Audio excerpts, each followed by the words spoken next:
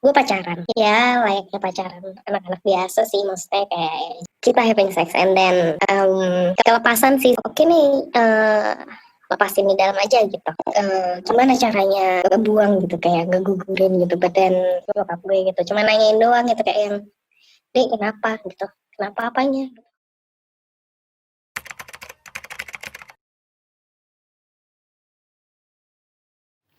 Lapokan dulu. Apa kena gini, Cok? Wes mulai lho, wes mulai. Ayo. Oke, balik mana ambek dhewe, Cok. Aduh, wis bengi-bengi ngene ate rekaman bareng. Jam piro iki? Jam piro iki? Jam 12 ya. Asu. Ya wis lah, karepe hilang ae lah. Oke, balik lagi sama kita di podcast sebuah pengakuan by Anon. Asik. Alik. Malam ini kita punya tema yang cukup menarik karena Cok guyu ae kon iku. Lapo sing guyu tok. Cuk wis bengi cok ndang mari ki asu. MBA itu nek Inggris ya. Nek kon gak ngerti Inggris tak kandhani. Married by accident. Ya ora kon. Apa itu? Jawane iku meteng sadurunge rabi. Mati kon cekel gurumu ngene marang ngono ditarik bapakmu ini nang wit. Teng sadurunge rabi. Meteng. Belembung, Cuk. Oh, kok jenenge Ini apa bangsa? Bu, karo. Oke. Tapi Jenenge konco, Cuk. ini kan narasumbernya ini cukup berani untuk menceritakan ini karena kan ini kan konotasi dalam orang banyak itu negatif ya. Kayak Wes, lu sejak kapan jadi bijak gini? sejak ada podcast ini bangsat. Iya, terus. Bagus. Ya kan? Negatifnya itu karena lu belum punya status nikah tapi lu sudah melakukan hal tersebut. Tapi zaman sekarang sih kayak iya. lah. Zaman sekarang kan banyak faktornya, lingkungan lah. Tapi yang lebih menarik lagi itu kan budayanya itu pasti ada. Maksudnya di beberapa tempat ya. Mungkin oh, yang beberapa tidak tempat menyukai gitu ya, maksudnya tidak mendukung ya. Ya, yang tidak mendukung hal tersebut kan banyak. Makanya kalau sekarang sih yang gue tangkap adalah bertanggung jawablah ketika lu melakukan hal besar tersebut. Karena besar itu, Bro. Iya dong. Lu bermain dengan nyawa, Bro. Oke.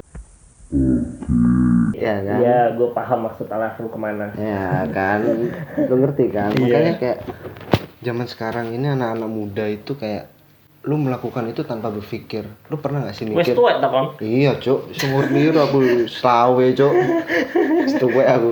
Lu kalau melakukan itu jangan pernah gak berpikir sebelumnya. Karena akan berakibat fatal. Karena banyak yang di luar sana itu anak kecil kasihannya itu dimasukin kresek terus dibuang sama orang tuanya karena perbuatannya mereka nggak bertanggung jawab, ya kan kasihan. Lu punya anak dikasih rezeki sama Tuhan tapi lu buang gitu aja ya. Kalau kan? lu coli kan lu buang juga, tapi kan itu enggak beda ya. Iya benar juga sih. Kalau lu coli lu buang juga kan. Itu iya, ada beda. calon dokter, itu calon arsitek, calon desainer. Iya tapi kan di situ tuh kayak nggak berbentuk, nggak menjadi. Iya cuma belum ketemu sel telur. Iya karena kan kita bermain sendiri, iya kan bermain sendiri. Tapi kalau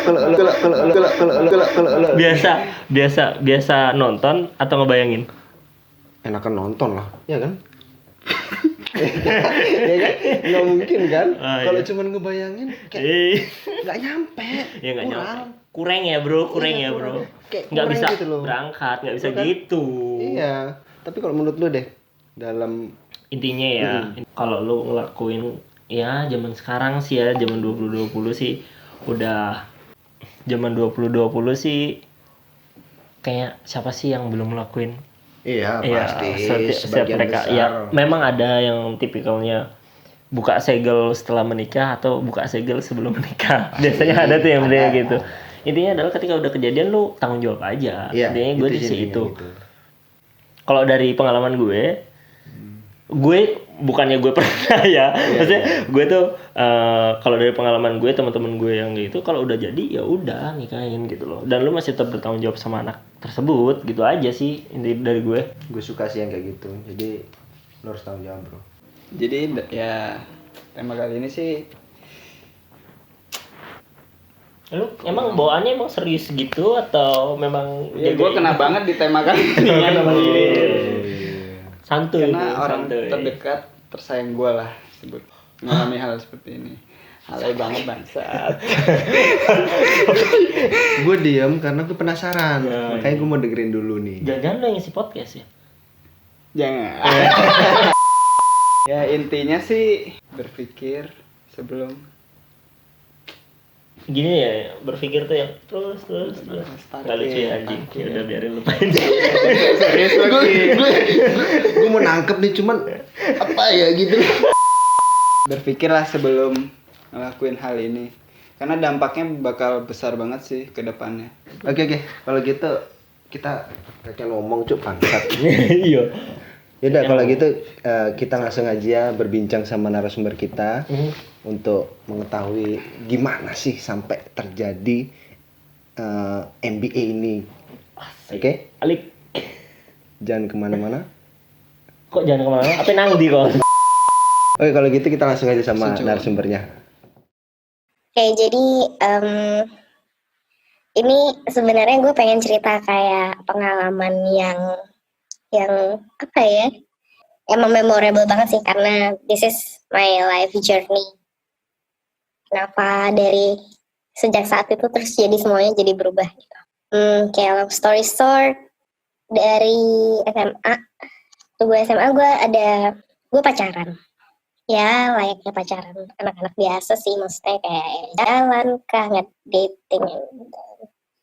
Dan di waktu SMA gue mungkin saat itu kayak apa ya, nggak kayak anak SMA lain mungkin, tapi tapi mungkin nggak apa ya, nggak one of kind juga sih. Pasti di umur segitu, zaman itu juga udah banyak gitu, kayak yang seangkatan gue pasti udah like having sex with boyfriend or girlfriend kayak gitu.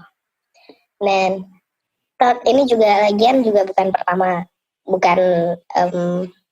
sama pacar gue ini bukan yang pertama juga sebenarnya gitu.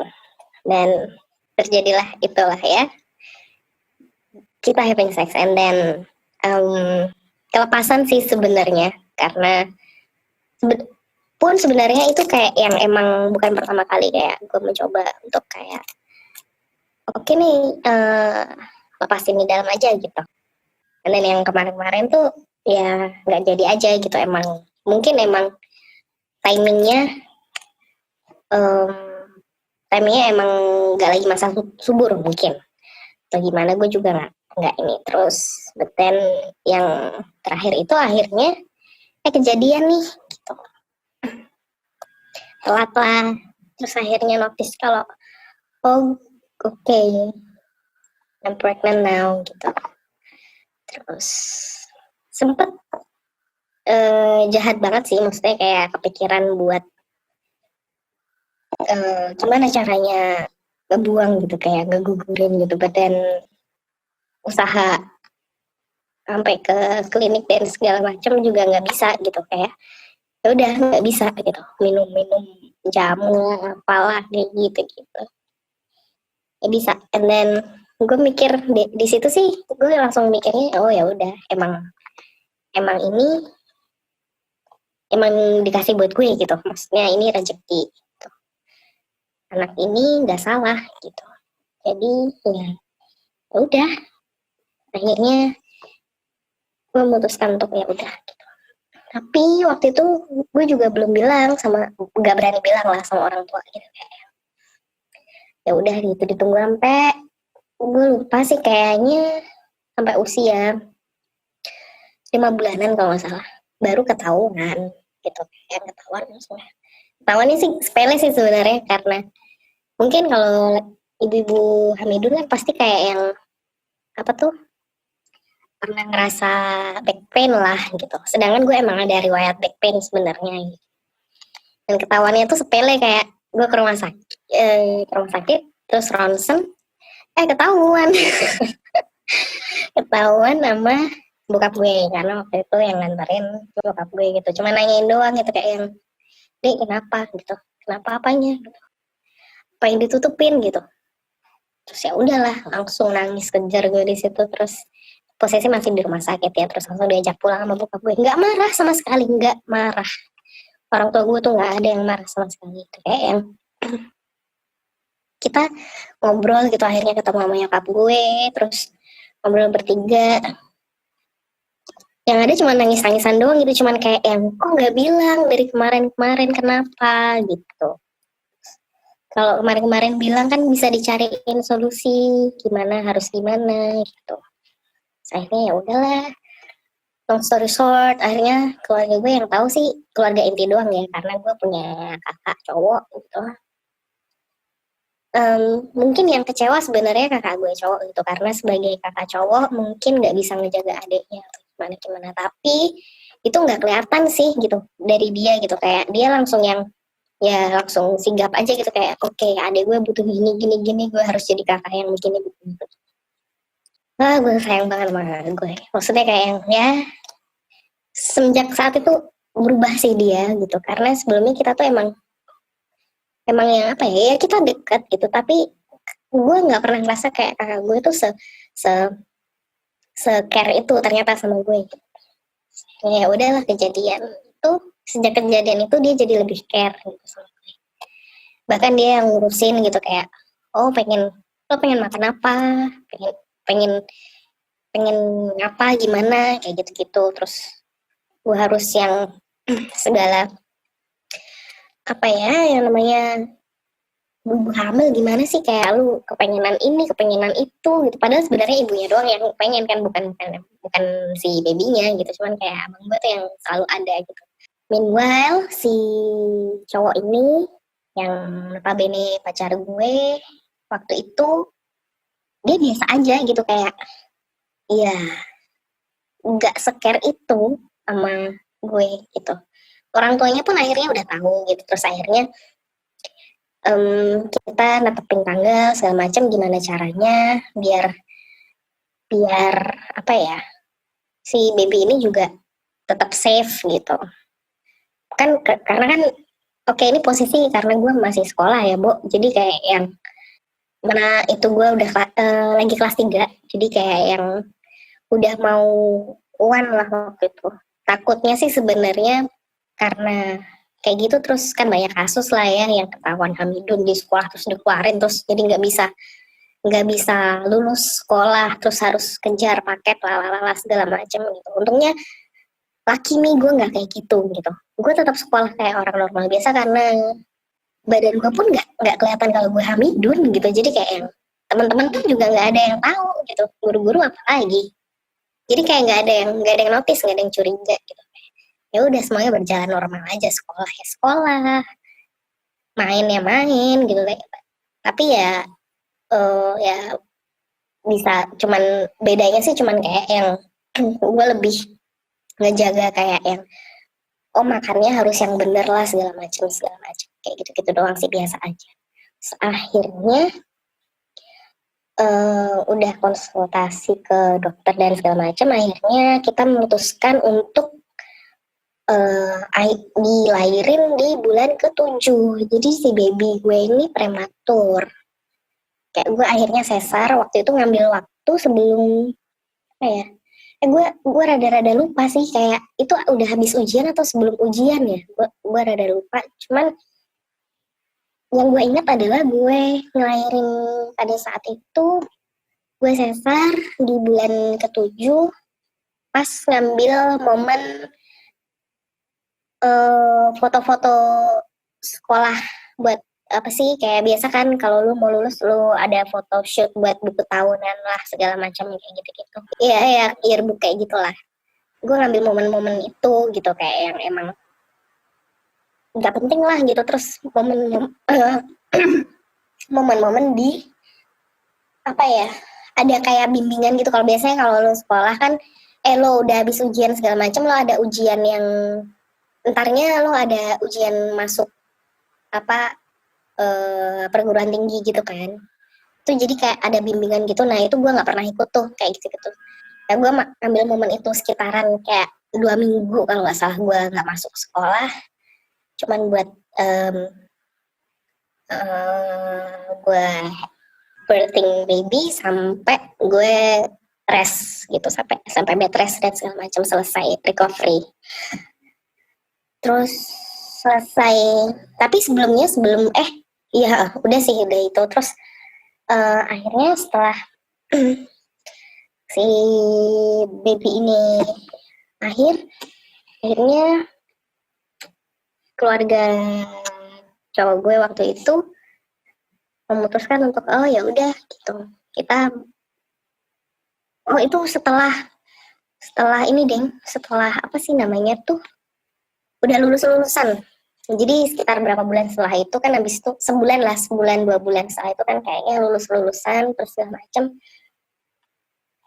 gue masuk kuliah, momen-momen udah keterima kuliah dan segala macem, akhirnya kita memutuskan untuk menikah. Jadi melegalkan gitulah, legalkan buat legal babynya gitu, biar ada akte dan segala macam gitu.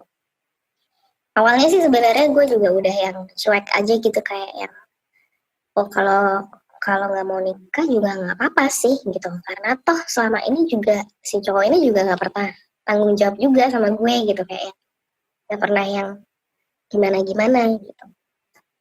Pun keluarganya juga cuman yang ya gimana sih, maksudnya kayak yang ya nggak ada tanggung jawabnya lah gitu.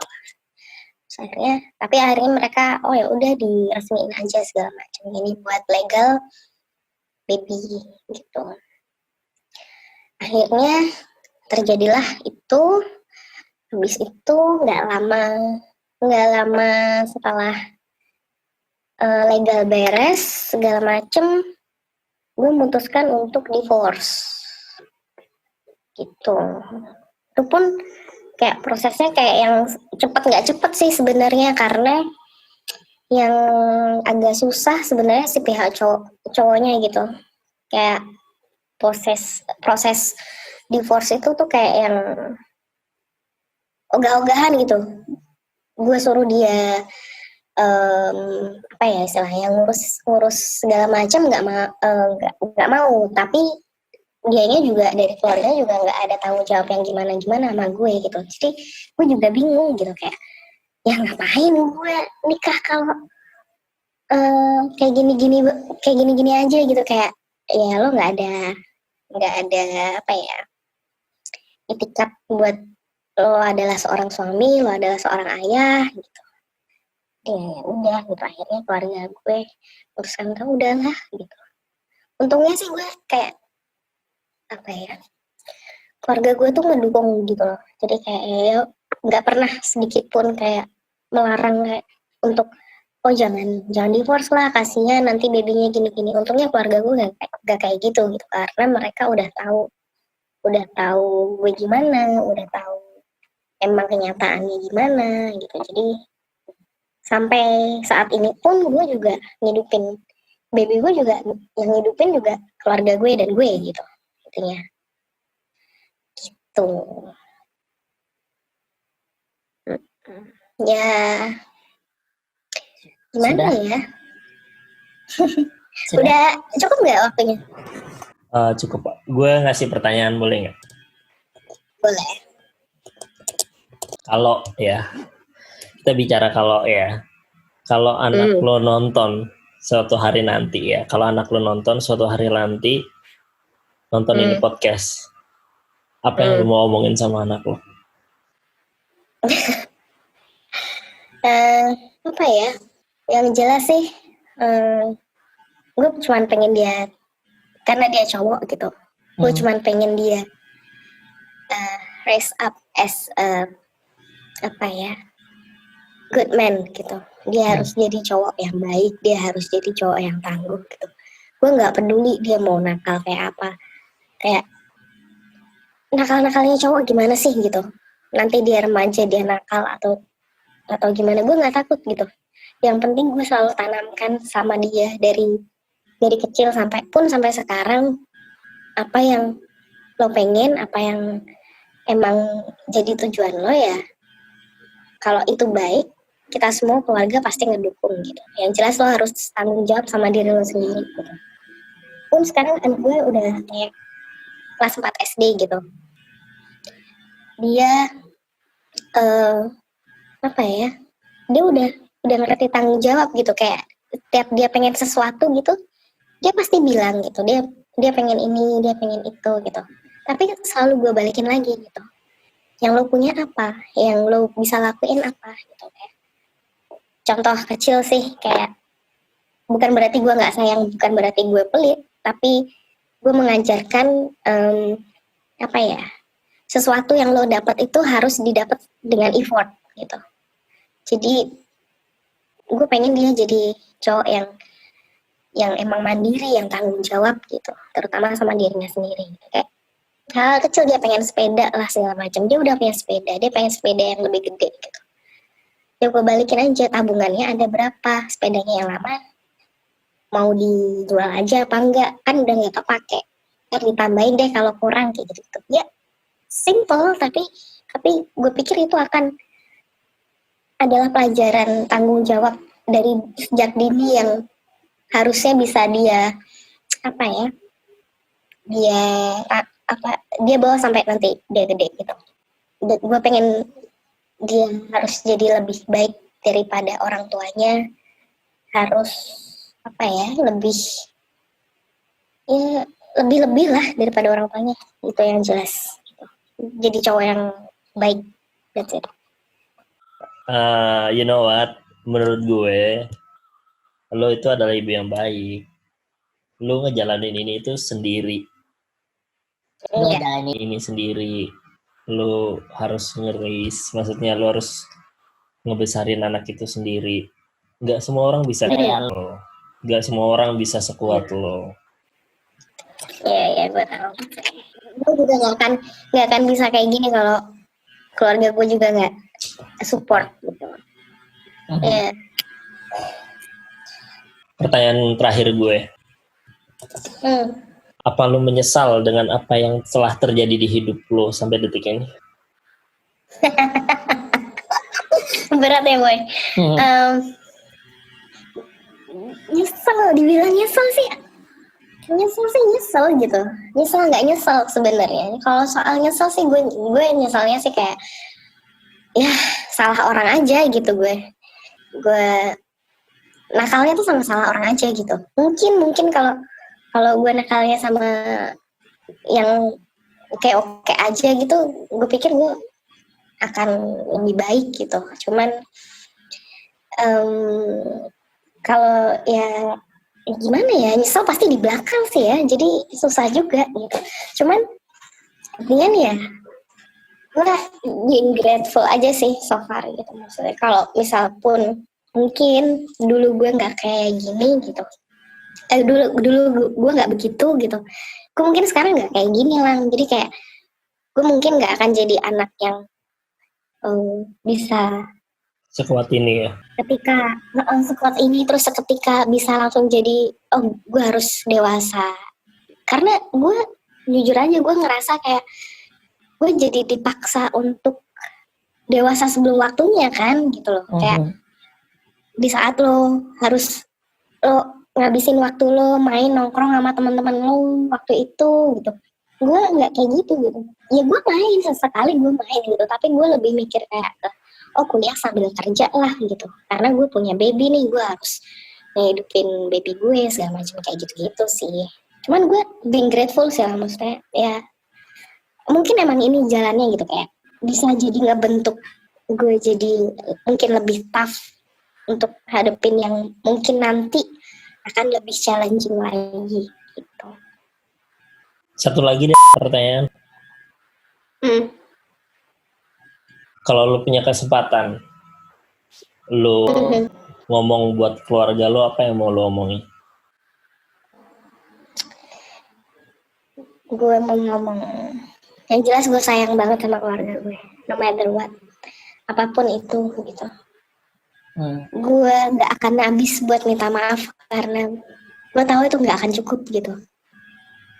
Cuma mereka tahu gitu, kayak gue yakin sih mereka tahu gitu, meskipun gue nggak yang kayak gue jujur aja gue bukan anak yang manis-manis gitu, enggak gitu. Gue dari dulu emang orangnya apa ya, straight to the point gitu kan. Ya gue gini gue gitu gitu. Gue sayang banget sama gue. Udah itu aja. Dan makasih banget gitu, kayak sampai sekarang pun masih yang gue masih dianggap apa ya? Gue masih dianggap anak kecil gitu, layaknya anak terakhir gimana sih gitu. Yang nggak pernah dianggap, ya mungkin dulu gue ngerasain kayak gue takut anggapan itu hilang gitu dari keluarga gue karena gue udah bikin kesalahan gede gitu, kayak gue takut kalau gue nggak dianggap anak atau gue nggak dianggap apa ya, udah nggak disayang lagi gitu gitulah. Tapi enggak, mereka nggak berubah sama sekali. Gue being grateful and thankful for that. Ya, itu sungguh cerita yang benar-benar gue sih kena ya, karena gue juga sesayang itu sama keluarga gue ya. Maksudnya gue sesayang itu juga sama bokap nyokap gue, sama adik gue. Ya seburuk apapun lo, sebangsat apapun lo akan menjadi tetap anaknya mereka, itu tidak akan pernah bisa lupa, tidak akan pernah bisa digantikan. Iya benar. Salah apapun lo ya. Thank you udah cerita bareng kita, jalan cerita tentang NBA itu apa. Oke. Oke, thank you.